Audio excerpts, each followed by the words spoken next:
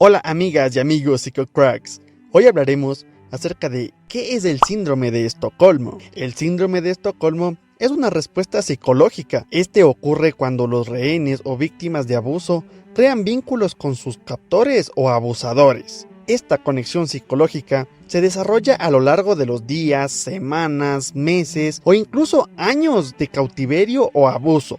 Con este síndrome, rehenes o víctimas de abuso pueden llegar a simpatizar con sus captores. Esto es lo contrario del miedo, el terror y el menosprecio que se podría esperar de las víctimas en estas situaciones. Con el paso del tiempo, algunas víctimas llegan a desarrollar sentimientos positivos hacia sus captores.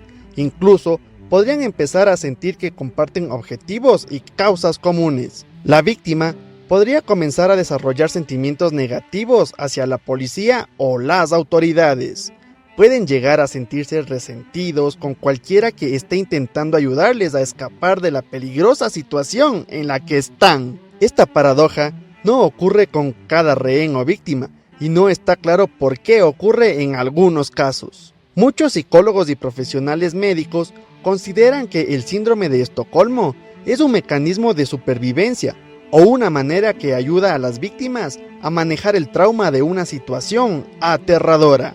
De hecho, la historia del síndrome puede ayudar a explicar a qué se debe. ¿Qué esperas para suscribirte y darle like a estos videos útiles e interesantes para tu vida? Así que, continuemos. ¿Cuál es su historia? Los episodios de lo que se conoce como síndrome de Estocolmo probablemente han ocurrido durante muchas décadas, incluso siglos, pero no fue hasta 1973 que se dio nombre a esta respuesta al cautiverio o el abuso.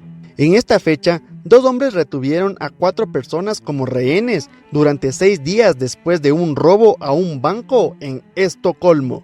Después de que los rehenes fueron liberados, se negaron a testificar contra sus captores e incluso comenzaron a recaudar dinero para su defensa.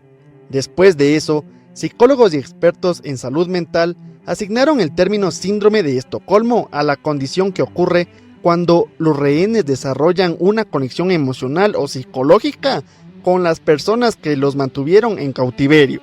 Sin embargo, el síndrome de Estocolmo, a pesar de ser bien conocido, no es conocido por la nueva edición del Manual Diagnóstico y Estadístico de Trastornos Mentales DSM. Cabe mencionar que expertos en salud mental y otros especialistas utilizan este manual para diagnosticar trastornos de salud mental.